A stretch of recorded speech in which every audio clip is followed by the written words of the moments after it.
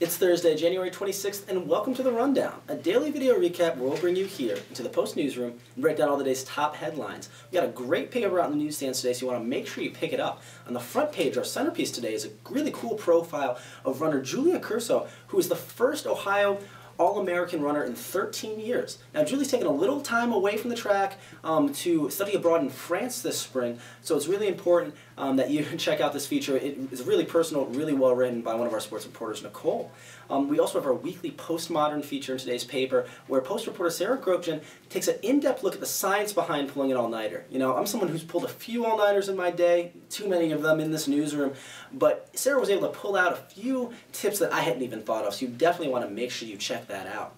Meanwhile, we've got a lot of coverage of things that happened late last night. We've got coverage of both the women's and men's basketball games. Both Bobcat basketball teams were in action last night. And Student Senate met and had a lively discussion about student trustee voting rights. If you haven't been following along, student trustee voting rights have been a controversial topic that we've editorialized and we've been covering now for years. And a current House bill proposes to allow Ohio student trustees to vote. For today's coverage on that, as well as continuing coverage, make sure you stick with the Post.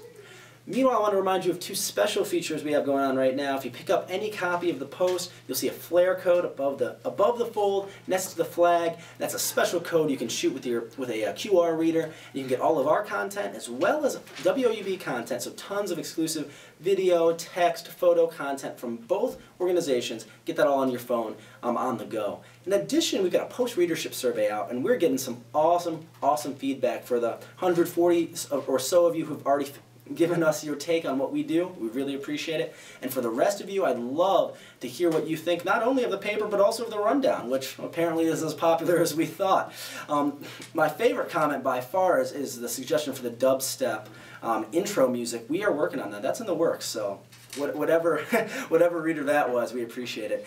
Anyway, I'm going to end with my corny jokes. As always, this has been The Rundown. I'm Wesley Lowery. Stick with the Post, your independent voice at Ohio University and in Athens. Happy Thursday.